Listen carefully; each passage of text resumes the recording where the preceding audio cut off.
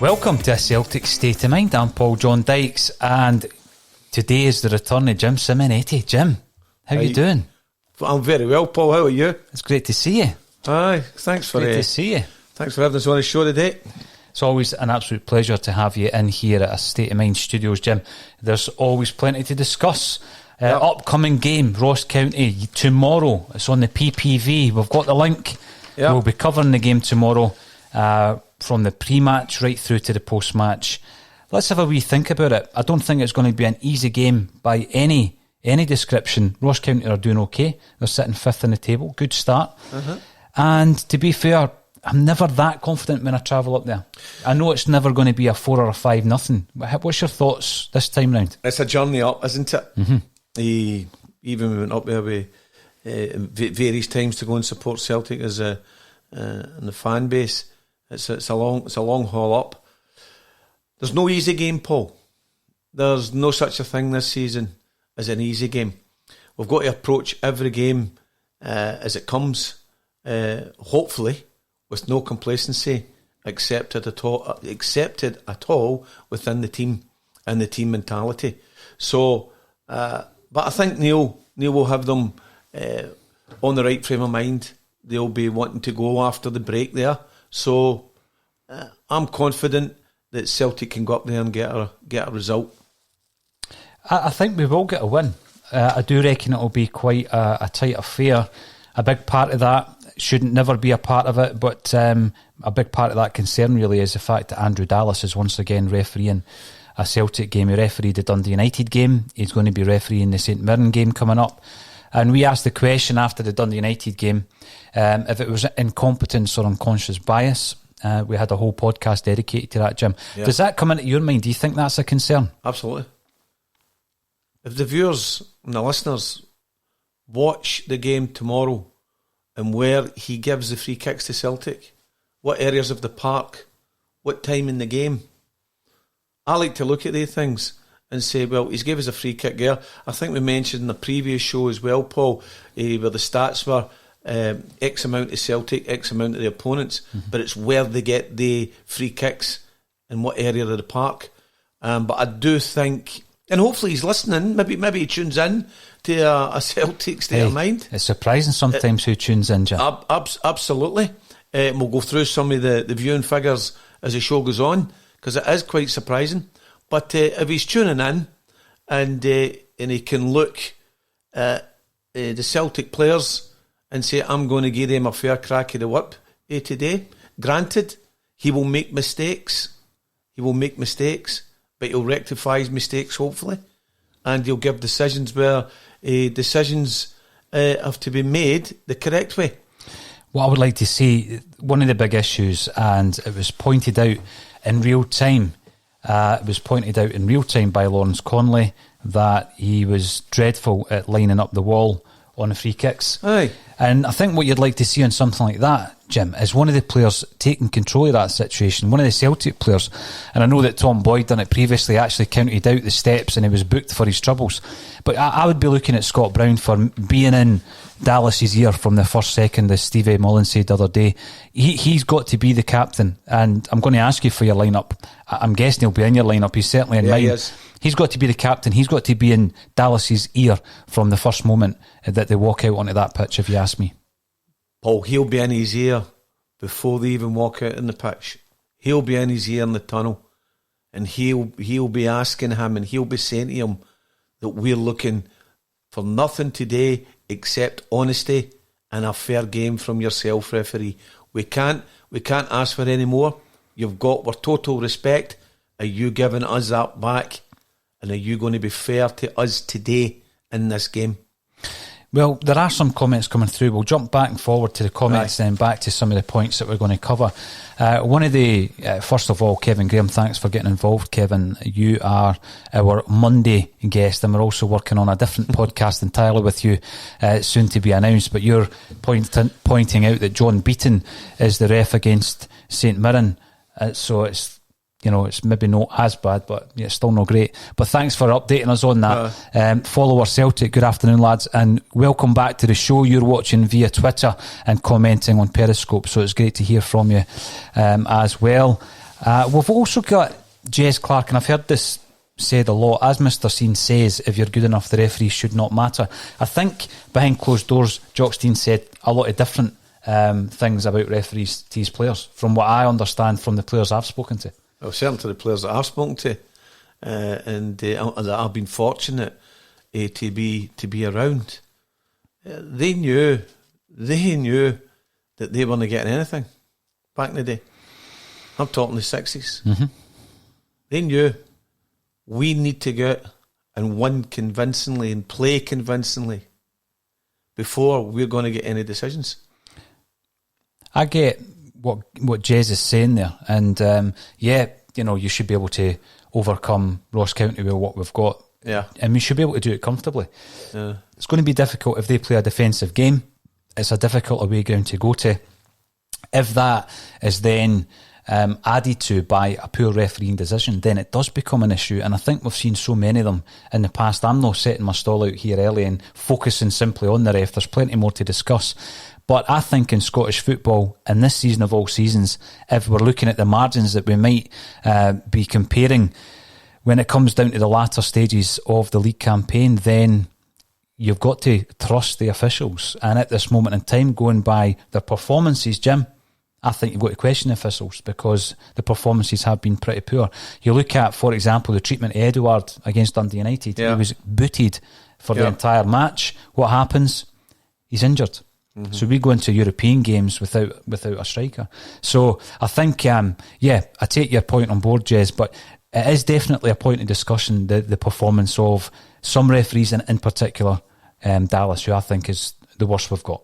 As you say, not to labour too much on the referees, or maybe say, Paul, the officials, because not just the referee, he's got his two linesmen there as well. But don't forget, there's a guy that's in the stand looking at him. He's looking. His assessor is looking at every game that he does. So they must go away with the report and have a look at it and say, well, at that part of the game you done this, that part of the game you done that, you made this decision here and that decision there. So how can we improve in it? How can we improve in you as a referee? How can we improve in your honesty as a referee to have an unbiased decision?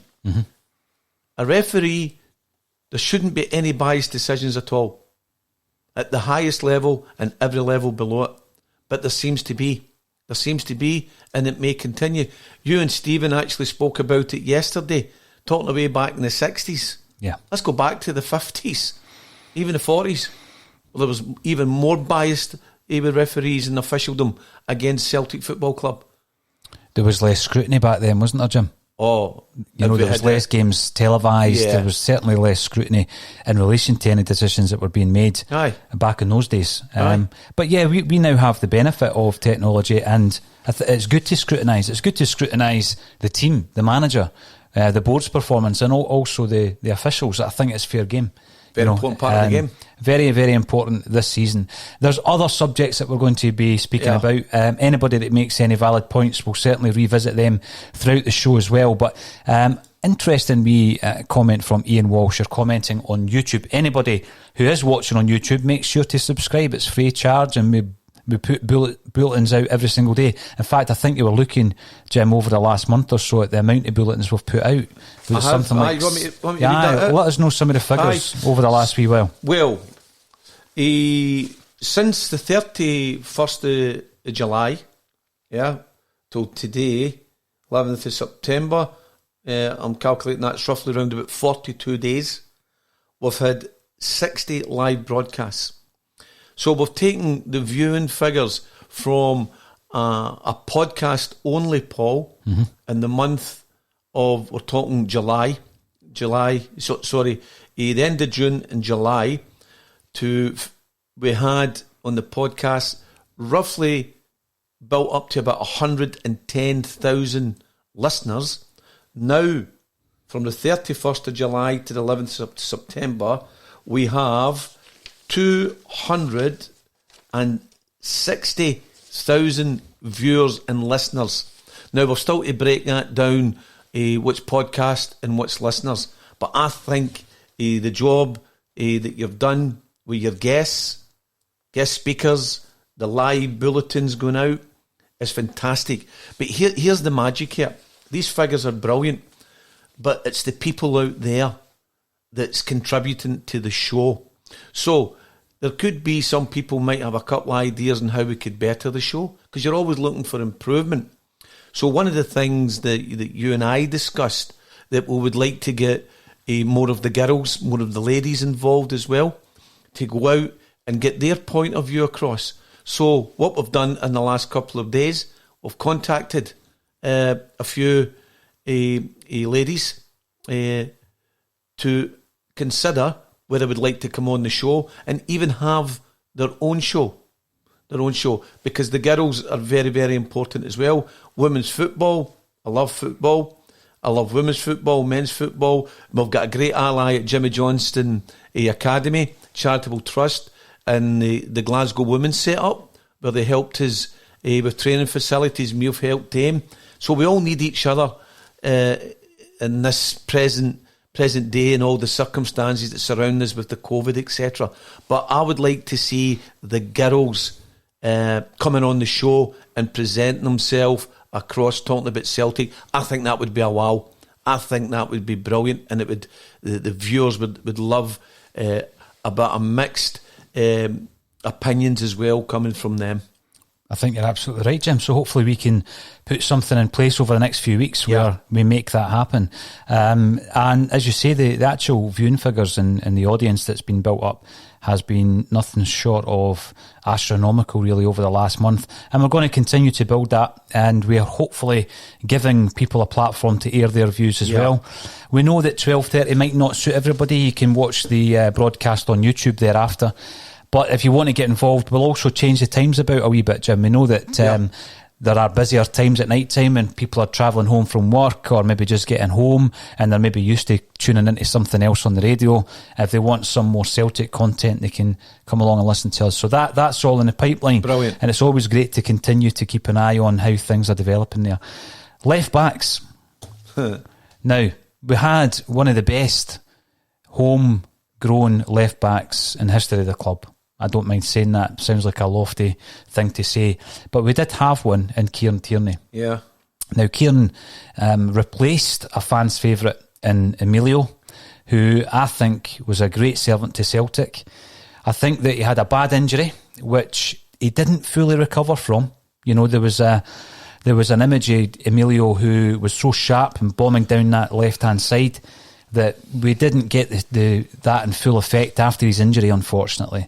But the left-back now is a point of discussion, probably in a big way due to Bolingoli's antics, where he has flown to Spain for reasons unknown by us. Yeah.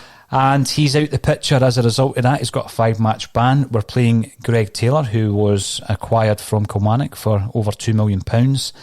I think Greg Taylor defensively is good, offensively could improve, but we definitely need another left back, be that first choice or a backup. And Ian Walsh via YouTube is shocked that we let Hickey leave Hearts. That boy would have been super in a 3-5-2 as a wing back. Well, yeah, I think we've been big fans and big champions of Aaron Hickey, Jim, but that was a move that kind of moved beyond Celtic's wage packet or wage structure. Yeah, he left yesterday. So that's him. He's away. He left, so he's over in Italy. And good luck to him. But Celtic done everything they could to sign the lad. Couldn't match what the other club offered. And I think he'll develop well over in Italy. But he may come back. He may come back more of a polished gem, and we may still see him in a Celtic jersey. Yeah, it's one of the ones, Jim. I do rate him. I think he would be, if he came into Celtic, he would be back up to what we already have. But when Bologna are offering what they offered him, there was no chance Celtic were going to be signing a player. No chance, Paul. With that kind of wage. No. If he wasn't going to be one of the star men, which Hickey wouldn't be. But you know something, Paul? See if players like him, like Aaron's away, and other players, when we're saying they're going to come back, hopefully come back one day. But what are they going to come back to, Paul? Are they coming back to a Glasgow Celtic playing in the Scottish Premier League? Are they coming back to Celtic playing in a different playing field, whether it be in England or a European league? I think all these things are very exciting, what's in front of us. I think it would be great that we could build and have world-class players come into the fold, whatever platform we're playing on. But unfortunately, I don't see that within the Scottish Premiership. Well, I agree with that. I don't think long-term Celtic's future will be in the Scottish League. No. I also don't think the Scottish League will have the same kind of landscape or the same amount of clubs in it by the time we actually get through this coronavirus, whenever that may be. We're all guessing at this moment in time. We're all hoping that it can come to a resolution sooner rather than later, but it keeps getting extended, and I've seen the outcome of that. I've seen the reaction to that on social media. People, can barely think about another lockdown, Jim, because it's obviously hit a lot of people hard. People that we know, it's hit a lot of people hard, and we don't want that to happen again. There's some brilliant points coming through. The issue of the left back, Daniel Church, announced yesterday, 20 years of age, after 13 years at the club, that he's leaving, having never played a first team game. He's a left back. He's left the building. Bolingoli is no longer going to Roma, as far as we understand. I've said in the past that we might be in a position where Bolingoli is the only option that we have once his ban's up. A lot of Celtic fans would never want to see him in a Celtic jersey again, Jim.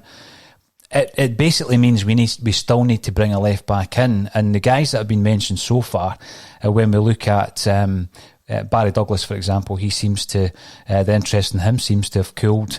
I'm sure there's others on that list, on the scouting list that Neil Lennon's looking at, but it's definitely a position we need to strengthen in. It definitely is, Paul. But see when you look at that as well, that lad's been there for that amount of time. I know, 13 years. 13 years. He's not made a first team appearance. He's been at Celtic for longer than he's not. Yeah, in his lifetime. That's quite sad and disappointment. But that could be down to various issues, various circumstances regarding the young player. Mm-hmm. Stephen Bronski, Rabina Mar, and Spartacus. That's his name. 3 of them, Elgin City, that came for ourselves. Between them, they must have 450 senior games. Yeah. By playing with, no disrespect to Elgin at this particular time, with in a lesser league and a lesser team, but the experience they're gaining. Mm-hmm. Omar has jumped up 2 leagues. Fantastic. He's now with Morton. But he's still got a long way to go at a young age of 22. Other players as well that we know of that's came through our system that's playing professional football, but they're getting game time. They're gaining experience. Granted, Celtic's a different level, but if that player was out having more professional games behind him, it would help him as well. But without going over the old ground, we discussed this with Danny Lennon and Graham Diamond last week regarding players and game time. But that saddens me. 13 years and then you go. But hopefully he's learnt a lot at Celtic. Good education. He's had a good education. He's maybe not gained a game intelligence as much as maybe he should have. But wherever he goes, I hopefully and sincerely wish that he gets that, and he gets himself a team. Do we know where he's away to, Paul? He's not got a club at the moment, Jim. Right. So he was just announcing that was him on his way. He doesn't have a club. Another youngster at Celtic, Scott Robertson, signed for Gillingham for a season-long loan. We've seen him playing against Cluj, making his debut. I thought he was pretty good, actually. I thought he was pretty good. By the way, I thought it was really nice you mentioning wee Keane as well. The young laddie that we met in Cluj. He actually certainly brought a smile to my face. He did. I mean, that day, guy. Oh, it was brilliant. He made an impression on all of us, Jim. And we heard the sad story earlier this year that Kane McGinley obviously tragically lost his life. Yeah. It was his birthday the other day, and our thoughts are with his family and friends at this difficult time. Good Celtic boy. Aye. So just you bringing that back when we were over there in Cluj, I thought the young lad done well that night. But we want to see the young players progressing as well, and maybe this is just an unfortunate year for them to make an impression. I think it will be, because when you're looking at, right, we need a left back, even as fans and as supporters of the club, Jim, we never say, well, bring in a youngster. If you're looking for a striker, it doesn't seem to be this season it's going to be an option where we can try and bleed in youth players. It's something that I support. I know you do. You're passionate about youth football. But it's almost as if this season of all seasons, there's too much at stake to try and bring in an untested young player. Yeah. So you've got guys like Robertson going to Gillingham for a year, and you've got other young players like Daniel Church who are going to be released entirely. Hopefully he does find another club. With that kind of education, he's still only 20 years of age. You would hope that he does find a good level. Mm-hmm. I hope he does, Paul. I hope he does. Now, there's some brilliant comments coming through. Here's one for you, Jim. It's quite a large one, so it will take up most of the screen. But Gary Doonan is saying via Facebook, Jim, you got slaughtered a couple of weeks ago because you suggested a player should be adapted to play different positions. Why not? Tommy Boyd played every position across the defence. Jackie, every position across the defence and central midfield. My greatest ever game, 10 men won the league, 3 centre-backs, Shuggy, McAdam and Aitken, all converted centre-backs. Thanks. And Andy Lynch was left wing, who turned into a decent left-back. So, Jim, you've got a fan. You've also got a fan on the phone. That's Sir Alex Ferguson trying to get me in. Just says to him, I can't talk, Alex. He's always on that phone. My apologies. My phone was off and it's came on. Jim, if Alex Ferguson phoned you, it actually wouldn't surprise me, because I know that he's in your phone book. But Gary Doonan's... well done, Gary. He's coming back. But you know something? Gary's right, and I still stand by it. That, you heard the guys last week as well. If you're short in a position, you've got to look at what you've got to who's going to go into that position. Mm-hmm. You've got to be versatile, and you've got to be able to adapt. You've got to adapt to go wherever you need to go on that field. Mm-hmm. You know, Tommy Gemmell was a right back. He was changed to left back. Danny McGrain was a right half. Aye. Became a world-class fullback. So, Chris Sutton. In more recent times, Chris Sutton could play anywhere down the middle. You've seen him playing centre-forward, centre-mid, centre-back. So, you've got a fan in Gary Doonan. Jinky was one of the best defenders in the Celtic team. Maybe people go, what's he saying now? Well, Jinky was one of the best defenders. Jinky was back, he was picking the ball up, he was defending. But the further up the park he was as well, if he was taking the kickings and they had to get organised, they're defending, they're attacking.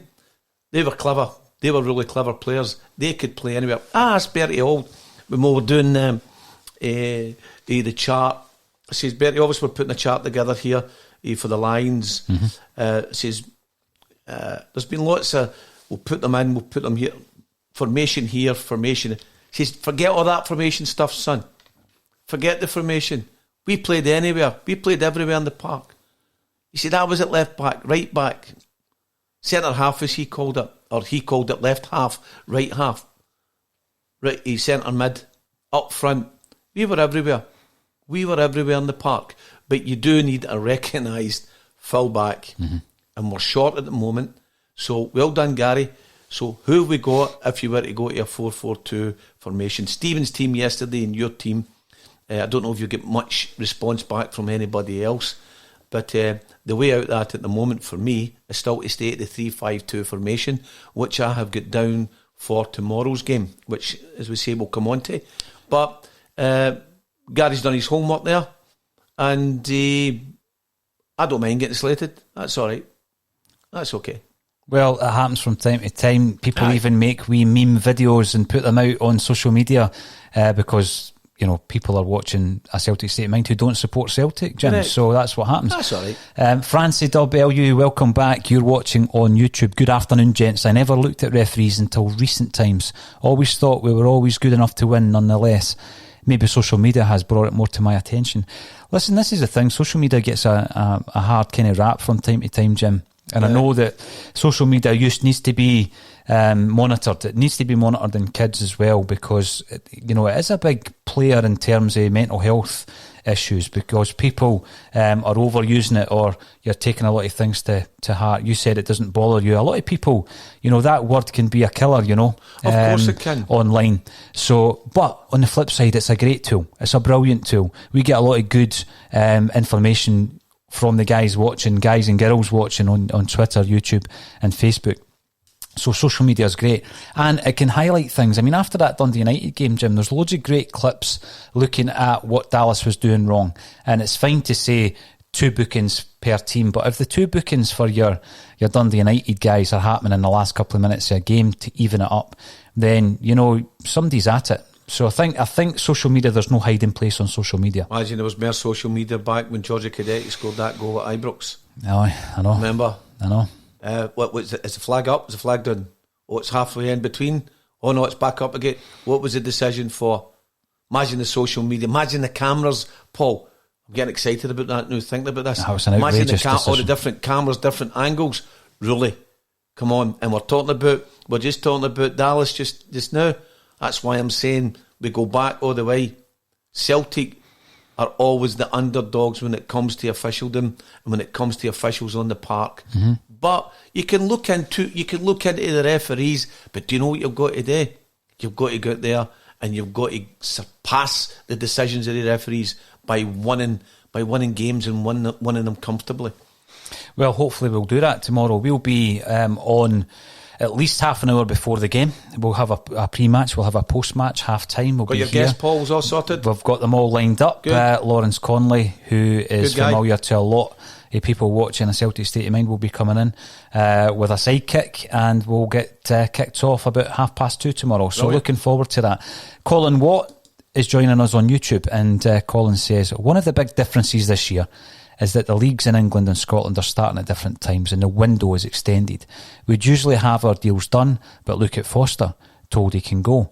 Yeah, told he can go, and now he's not guaranteed the number 1 jersey for Southampton. So him back.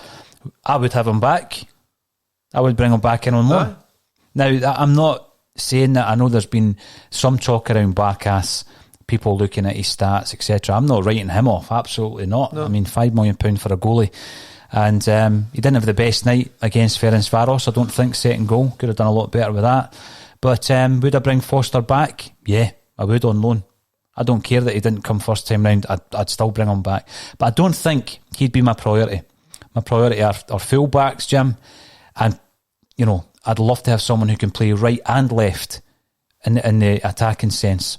That player that I've mentioned time and time again, Paddy Roberts. Again, I get stick for saying that. I think he's the ideal player for that position because he can play right and left, as can James Forrest.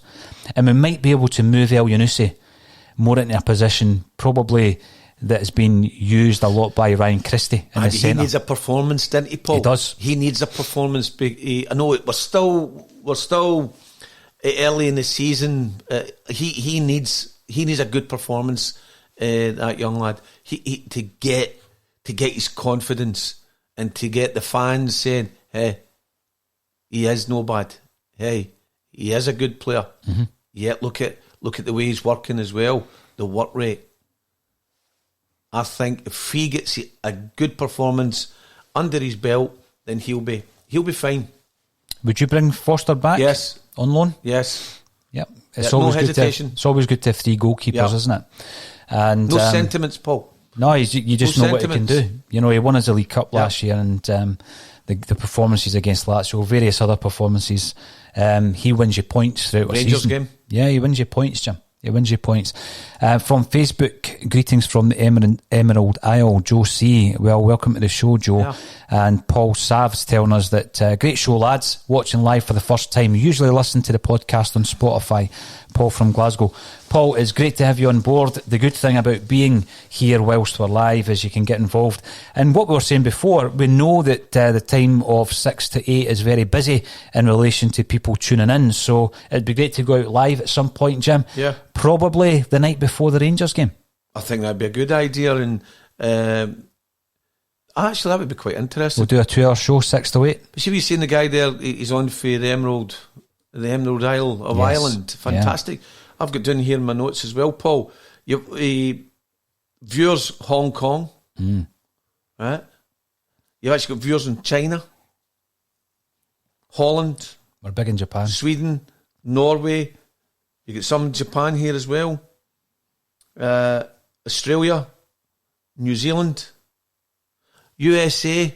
We've got a few, but not very many. So we've not conquered the USA as of yet, but we'll need to look at it. In the UK, obviously, is big. So there's a few countries in there with more to come. So if the word gets out to the expats as well at what we're doing, then hopefully they all tune in, because although they're out of sight, they're not out of mind, all the Celtic supporters throughout the world. No, you're right, and it would be great to hear from all of these people from all over the world, because it is interesting sometimes when you realise that you're number one in the Vietnam charts and things like that, Jim. I love all that, so brilliant. Colin Watt goes on to say, we will get the right players in, just will take a bit longer than usual this year. Once English teams know their 25-man squad, players become available for loan, which will interest us. Yeah, I think that's fair dues. Yeah. In the meantime, I would like to, and we'll come on to the Ross County game then, Jim, I'd like to start with 3 at the back and have the option of the 2 full-backs on the bench should we require them. So if you were lining up for tomorrow, if you were picking the team, Jim, how would you line up against Ross County? 3-5-2. So I would have Barkas, Julian, right centre-back, Duffy, centre-back. I know that you made a wee comment yesterday, Paul, that you wouldn't just like to parachute him straight in. Stephen made a valid point yesterday as well, that it's a different game for him now. It's more of an attacking game that he's used to. So both of his good points there, but I've got him in. Aya is my left centre back. Scott, the captain, a leader on the park. Centre mid. Christie to his left. Elanusi, wide left. McGregor inside Brown, and Forrest. And I would go with Ayeti and Eduardo up front. Did you say your back 3 is Julien, Duffy and Ayer? Yeah. Right, that's the exact same team as mine. Is it? For tomorrow, yeah. 3-5-2. There you go. That's how I would line up. And you've got the option of, you would definitely have El Hamid on the bench because he's brilliant. He can cover various positions. You would have Frimpong, you would have Taylor in case you need to go to a back 4. Yeah. So yeah, players like Klamala. Will we see maybe Rogic, an appearance for Rogic on the bench? Will we see an appearance for Griffiths? I'm hoping we're getting to that stage when they start to become contenders for the bench, Jim. Listen, Paul, you want everyone that would be contenders. Mm-hmm. As I said, the word I used there earlier on, let's not have any sentiments about what's happened here, what happened there. See if somebody can come in and do the job for you and they're busting that door down and they want to play, then get them in. Enthusiasm like we've never had. Commitment, attitude. The games, psychologically, before they hit that field of play, what's said in that dressing room, the togetherness in that dressing room before they walk out in that field, that's a major part of winning a game. It really is. The intelligence, the intelligence that's sent for your heart to your intellectual intelligence, the two of them working together, nothing's going to stop that team. If you've got the heart intelligence, you've got the physical a part about you, you've got your intellectual intelligence, you know the game, you know where you should be, and you want to win, and you've got that winning attitude. That's a strong force, Paul. So the guys that's the substitutes, the guys that are in the pool, are as important as the guys on the park, because we need everybody. We need everybody wanting to play and wanting to be dedicated to Celtic's cause this season. You're right, and I think one of the best players when it comes to having that mentality, Jim, is Scott Brown. Yeah. We've spoken about some issues that we have with certain referees, one of them being Andrew Dallas, who's officiating tomorrow's game. Brown's the boy that needs to be in his ear. From the very beginning, needs to put pressure on him, and I think people have been looking at the performances of Brown. So from Facebook, hope the international break done Bruni some good. The last couple of games he's been off the pace. I've heard a lot of criticism of Scott Brown over the last few weeks. Yeah, some of it I agree with. Other bits, I've picked him in my team as a midfielder that we have. We've got Turnbull, we've got Encham. Different styles of player than Brown. What Brown gives you is something completely different. I don't like saying he's going to be phased out, because I still look upon him as being a very critical part of the squad. He's the captain, he's so influential, and you're going up there, you're maybe up against it with regards to the ref. You need Scott Brown in that team. But Paul, there's no harm in being phased. There's no harm in being looked at what you're capable of and what you're not capable of in the league and the team set up. This league for this year. If you're phased out for somebody to come in who's going to do a job as good as you or better than you at that particular time, then great, with the understanding that this is what's happening and everybody's talking. Cool hand look, failure to communicate. And that's what happened. Yeah. If we communicate with our players and the players communicate with the coaching staff and everybody knows what everybody's doing and what job they're doing off the park and on the park, again, we're miles ahead. Jim, you've got a wee fan club developing here. We've got the Gal 1980. Good to see Jim back to complete the dream team. So there you go. That's nice. Plenty of messages coming in for you, Jim. I'm delighted you got the 20 quid I sent.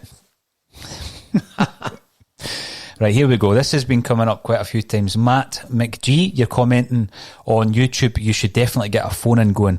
That would be the next level. It would be hugely popular. Paul, it would be very, very busy. That's for sure. Paul, I'm just going back to our figures. Right. If you look at it, since the 31st of July, setting up COVID hit us, whatever, knocked us back. We've set up this fantastic, I think, platform for yourself, for the guests that come on, and for the guests who are being involved by social media. Mm-hmm. This is our 5th week, Paul. It's only 5 weeks, yet it feels as if it's been forever. It feels as if we've been doing this forever. You've been doing it for 3 years. We've built up in the background various things for the Celtic supporters. Various things for the Celtic. This is completely free to the Celtic supporters. We're fortunate everything that we've done here. Yeah, we financed it all ourselves. Mm-hmm. For the Celtic supporters to have their own platform, for them to put across their views, to hopefully come on the show. So what we've done in 5 weeks, going for a podcast, going to David Bowie, as David Bowie would say, sound and vision. Mm-hmm. Hopefully the sound's improving, the vision's improving, the comments are improving, the guests will certainly improve. There's room for improvement, and the answer to your question is yes. When the time is right, we will certainly do a phone in when it's right, when we've got everything else in place.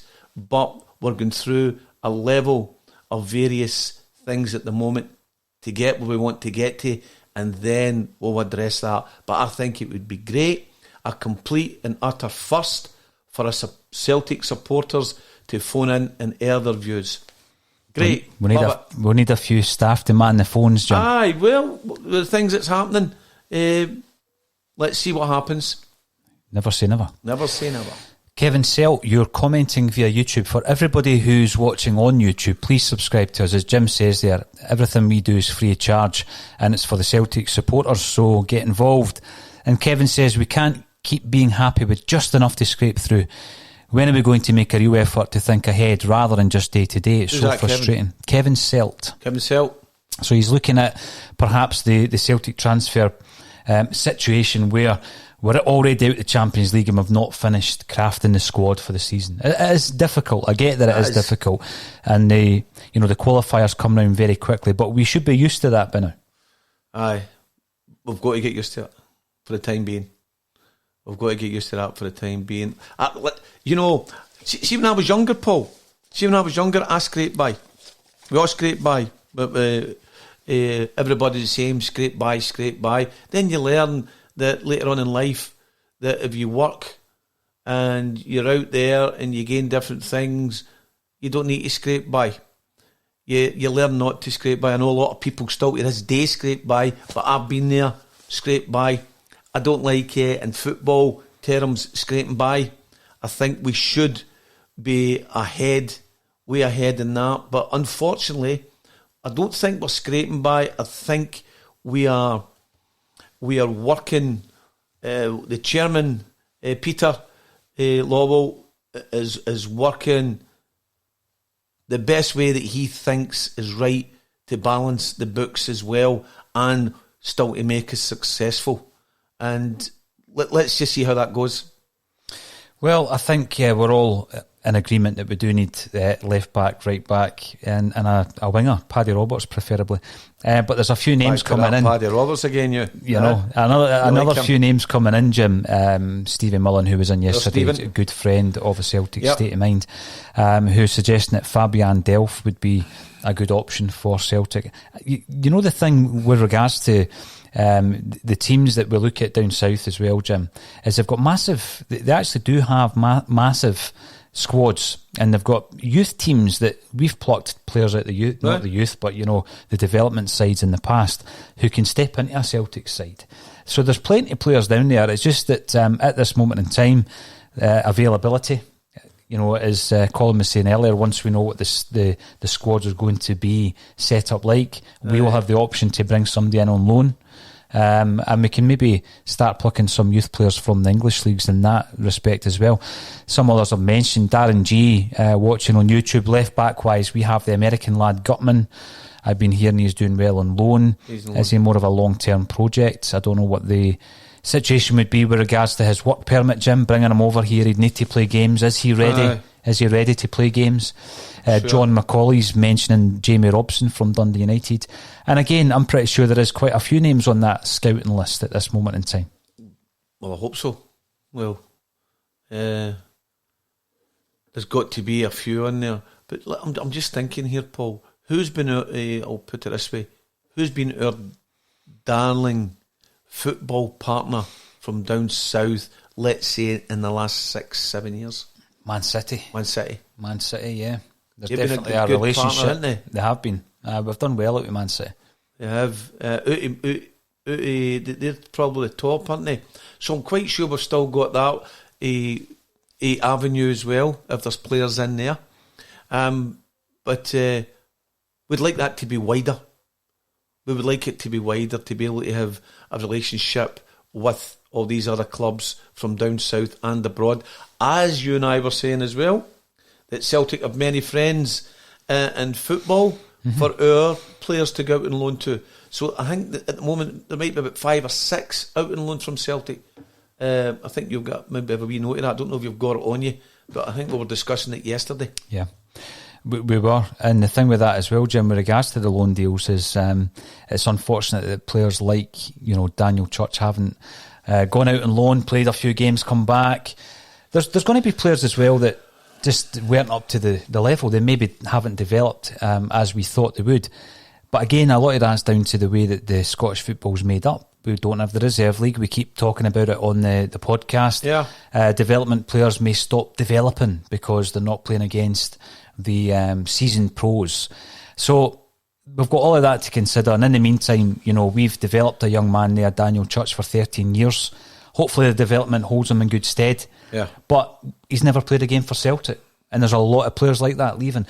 Interestingly enough, and sometimes we hear things on the grapevine with regards to players perhaps coming in. Someone is suggesting that they've heard a rumour that Charlie Mulgrew, it's Graham Bell commenting on YouTube, is coming back. Not sure if he's the answer, but we'd have him back over half the names that have been quoted. I don't think. I mean, Charlie Mulgrew's had 2 spells at Celtic. He was Neil Lennon's first signing, first time round.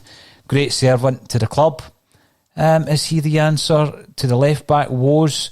I don't think we'll see Charlie Mulgrew back, but it's not a bad shout. He's obviously a seasoned pro himself. He's an experienced international campaigner, but I think we'll be looking for someone a wee bit younger than Charlie Boy. I would agree with you on that. Although Barry Douglas is 30 and he's been quoted as well. Aye, that's right. But no, Charlie Mulgrew, that's an interesting one. That's interesting. And then again, we do always come back to James McLean getting mentioned, Chango Chilemba on YouTube, suggesting that James McLean has played left back. You better be careful with that, Chango, because Jim speaking about changing players' positions didn't get him much positive comments. If Johnny Hayes did a decent job, McLean could do at least that, and he would, I think, if the money was right. James McLean has got a big fan base at Celtic, for obvious reasons. Is he someone who would improve the squad? I don't necessarily mean at left back. Would he improve Celtic? I hear a lot of people would be happy that he signed for Celtic, and I can understand why. But I understand why as well. But is it for sentimental reasons, or is it for his also his playing ability and what he can bring to the team? What do you think? Well, I mean, for me again, when I look through. Some of the comments that are made, I mean, it's all opinions. It's all opinions. And one of the opinions that I made, and I got stick for as well, Jim, was Bolingoli, right? And I had to make the point. We might be in a position, in 4 or 5 games' time when Bolingoli's allowed to play again, and Greg Taylor gets injured. Do you play someone out of position? Do you play a youngster like Daniel Church was the name I mentioned the other day?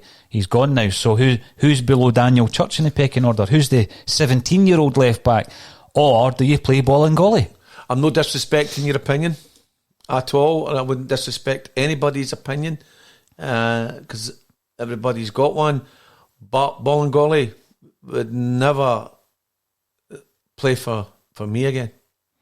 Well, I fear that might be the case at Celtic. I say I fear. If we can get a better left back in, then it's not a problem. Francie W on YouTube says that if Bolly is needed to play, then he plays, no matter our opinions of him. No. He's an employee on a good wage, right, and we'll use him for the greater good of the club. Again, that's the gentleman's opinion there. With Bolingoli, when they've done, we'd have the same amount of games and the same. We'd have the points. I'm positive of it in the bag. Bolingoli has put us behind the 8 ball, and if it continues the way it's gone all through the season, it puts you under pressure, even more pressure. Now, if Bolingoli was to return, let's say hypothetically, Paul, that Bolingoli's playing at left back and all the fans are back in again. And we're still behind. We're still behind with games, the final games of the season.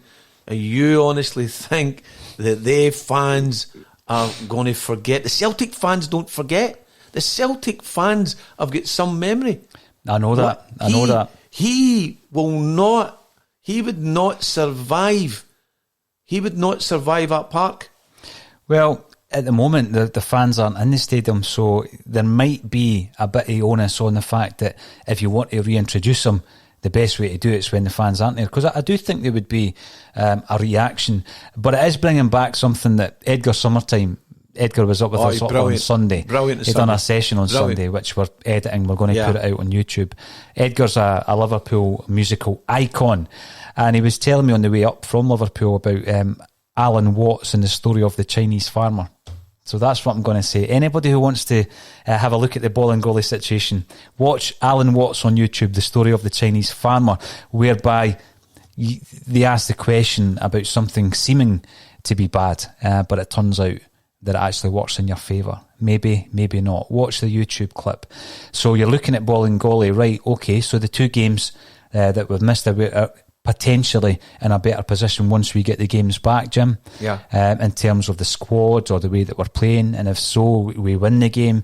We know the form we were shown against Kilmarnock just before the self-imposed lockdown for 2 games. So it looks as though to me that the Celtic fans online are not fully supportive of ever seeing Bolingoli back in a Celtic jersey, but stranger things have happened. Of course they have. Listen, you forgive the man for what he's done, but we can't forget that everything was in jeopardy. Everything was put in jeopardy. It was foolish. It was a foolish act, and maybe he's never come out to say, the club's never come out. If it's private, it's private. Maybe he had his personal reasons for going and doing that, but what he should have done, listen to me sitting here. I've made so many mistakes and never went back and said, I'm sorry about that, shouldn't have done this. I know, but when he came back, he should have went to his gaffer and said, boss, this is what I've done. I don't think you should play me. But that's me talking, isn't it? Well, you know, the thing is, we don't know. We're just surmising, and obviously I'm getting all philosophical by looking at the Chinese farmer. It's a good wee video on YouTube though, so give it a watch.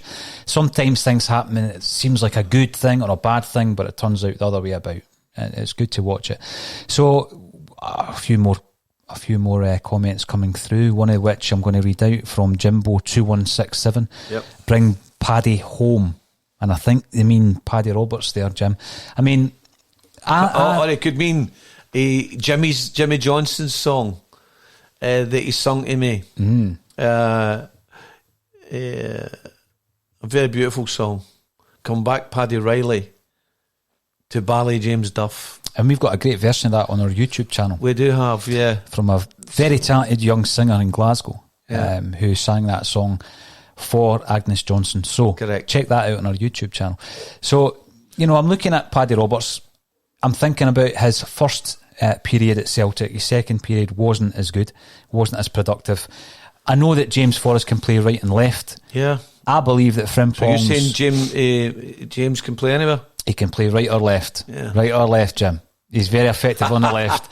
You've got Frimpong, who I actually don't think's a right back. I think he is a right-sided attacking midfield player. Yeah. We've got El Yunusi, who's been playing out wide left. I don't think that's his most effective position. I seen that goal he scored for Norway. It was astonishing the way he brought that ball down. He might be better utilised in the centre where Christie's been played. Possibly. Christie's actually very effective out left. The stats show. Yeah, either one or other, yeah. So people might argue we don't need Paddy Roberts, but there you go. I think because of the period of time that he's been out on loan to various clubs, Man City are looking to offload him, and I think he would be a good option for Celtic, Jim. Yeah. I might be becoming too sentimental in my old age. He's only 23. If you could bring him in for a deal in the region of £3-4 million, I think he'd be a good buy. Well, if you think he'd be a good buy in the Celtic scouts and the Celtic directors think it, then, and if it's right, if he's right for us, then get him in. Now, a few comments on the point we made earlier with Fraser Forster. We both obviously suggested if given the option, would you bring him back on loan? And we both said yes. FBS013 via YouTube, whose avatar makes him look as though he's on holiday. I hope you still are on holiday, relaxing there. Need to give Barkas time to settle into the team. He's a better long-term prospect than big Fraser Forster. Yeah, I wouldn't disagree with that. Colin Watt comes on to say that Forster isn't the main point, no.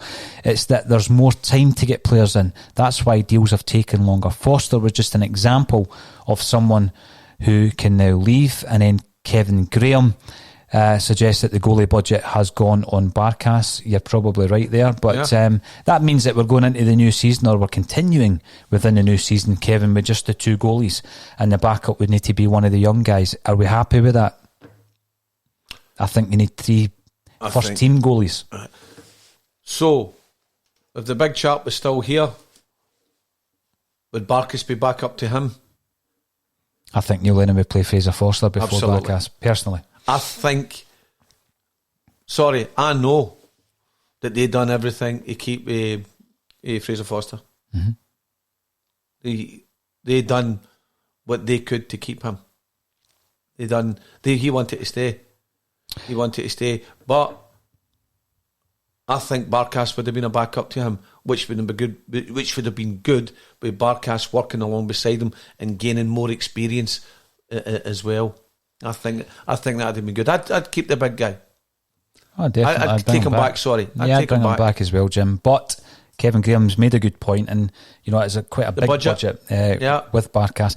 Patrick Murphy, welcome to the show, Patrick. You're watching on YouTube. For anyone else watching on YouTube, make sure that you subscribe to the free content that we're producing daily. El Yunusi needs to be playing centrally behind the 2 strikers, creating chances. He and Forrest aren't wing backs. Our 3 centre backs should be Alhamid, Julien and Duffy. Hail from Belfast. Well, Patrick, quite a few interesting points there. I'm beginning to agree with you in relation to El Yunusi. Perhaps he's better utilised in that support man role behind the strikers. No, what's great about this, Paul, again, the 2 of you made good points yesterday. This what we are doing is brilliant. It's easy to write all these names down and positions down. But see, when you're standing at the side of that touchline and you've picked that team, then there's a lot of pressure on there. We can throw Christie out wide. We can take Brown out. We can put Encham in. It's all fantastic and good to talk about formations. But it'll be interesting to see what Neil Lennon's team is going to be tomorrow. It always is. Would I be surprised if Turnbull starts? No. I think if there's going to be a surprise addition to the teams that you and I have mentioned, he'll be the one that he makes space for. Well, isn't it surprising that I haven't, and you have certainly not, put Turnbull in, but yet parachuted Duffy in? I know. Now, that's quite interesting. I'm just thinking about this now. It is interesting. That is interesting. Is that our sentimental, unconscious biasness parachuting him in ahead of Turnbull being in that midfield? I'd like to say for me it's no. I think we've needed a steadying influence at the back, Jim. That's maybe why we're thinking get the new man in. Would it surprise me again if we started with 3 at the back and one of them was El Hamid with Duffy on the bench? Probably not. No. So let's have a look at the team tomorrow. I'm pretty sure it's going to be very, very interesting. Now, John Neary, who is commenting on YouTube, fairly new to ACSOM. Welcome to the show, John. You're welcome. Really enjoyed the last few weeks and all to come. Paul, can I buy your books directly from you? Surely Foster won't be back, but the man was one of the reasons we secured 9. Well, in terms of the books, you can definitely get them. There's not many kicking about, to be honest, Jim. They're quite hard to actually come by. Right? But I've got a couple of books in the house. So can I ask you a wee question? Yes. So, would you sign a couple of books? Absolutely. All right. Okay. What about if you sign a couple of books and you put them up for a wee auction and get the money to a charity? I would much rather do that than take money off anybody. You fancy it? Aye, definitely, aye. Brilliant. I'll see how many we've got and we'll bring them in and then we can make sure that they go to people. Sorry for putting you in a spot there, Paul. No, it's fine. But you're a no bad author. Well, no bad. Well, we're kind of busy. There's room for improvement. Always room for improvement. Kevin Graham, Mulgrew, best season at centre back, worst season as a left back, and his legs have gone further since then.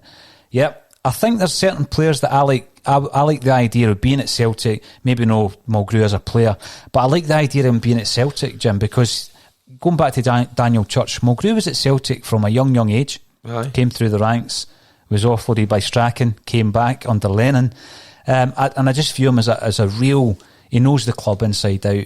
Does he have any aspirations for coaching? Perhaps. The type of guy I'd like to see back at Celtic in some capacity, but not as a player. Why would you not have winners? I know. Why would you not have winners run about you? Tough coaches, but fair coaches. Teach you to blank out negative thoughts and negative people run about you. Guys coming into the club, or it's been at the club, and they'll get positive thinking, and they know what winning means. Big Lustig as well, yeah? Yep. It was 8 medals for him? Yeah. Roughly. Eight winners. Guys like that run about the club. Winners always run about the club. It was interesting as well, the discussion. God bless Mr. Steen yesterday, his anniversary as well. And I'd like to put a wee message out as well to a dear friend of mine, John Gilmer, and the anniversary of his dad, Tommy, who's very close to myself. His anniversary's tomorrow. A great Celtic man. Great Celtic man, Tommy, and the father of Jai Gilmer. Prolific songwriter. Great wee entertainer with the Silencers as well. All these Celtic fans for the past, their anniversaries or people, their families are thinking of them. So that was just somebody I thought and Mr. Steen yesterday. So, sorry, my track was where? My track was this. There was Mr. Steen, the team that he had, and all the team underneath that was coming through. The book that you wrote as well, Paul, The Quality Street. All they guys, all they players were running about winners. They didn't know any mentality other than winning. That's how they all became winners. So if you surround yourself with people who want to win, winning attitudes, you can't go wrong. Limitation is no limitation. And that's what these Celtic players were taught back in the day. There's no limitation to what we can achieve. European Cup finals, European Cup semi-finals. So Celtic should have been in five. I'm counting here in my head. They should have been. That was the greatness of Celtic. Okay, they were in 2, they won 1. But it was that winning mentality that helped get them over and over the hurdle all the time. We need that today round about us at Celtic Football Club. So if somebody like Mulgrew, Lustig and other players who have all got that winning mentality, brilliant, bring them in some capacity and just be part of the team, providing that they bring harmony as well. And that's important. One final message today before we wrap up for today's bulletin, Jim. That's been an hour, which is astonishing. Sean Ross, can you give my daughter Charlotte a hail? She's sitting on a trolley at Margate Hospital for her operation. She watches at the shows at 12:30. Oh, so everybody, keep Charlotte in your thoughts and in your prayers. She's going in for an operation. All the best, Charlotte. I hope you enjoy the Celtic State of Mind today and when you recover from your operation. So, Charlotte, you're in our thoughts. And Sean, good shout from you as well. Hail to everybody. Hail to everybody who has been involved today. And join us again. We'll be back tomorrow for the match day. All that's left for me to say once again, Jim, it's great to have you back. Thanks for joining me on A Celtic State of Mind. Cheers, Paul.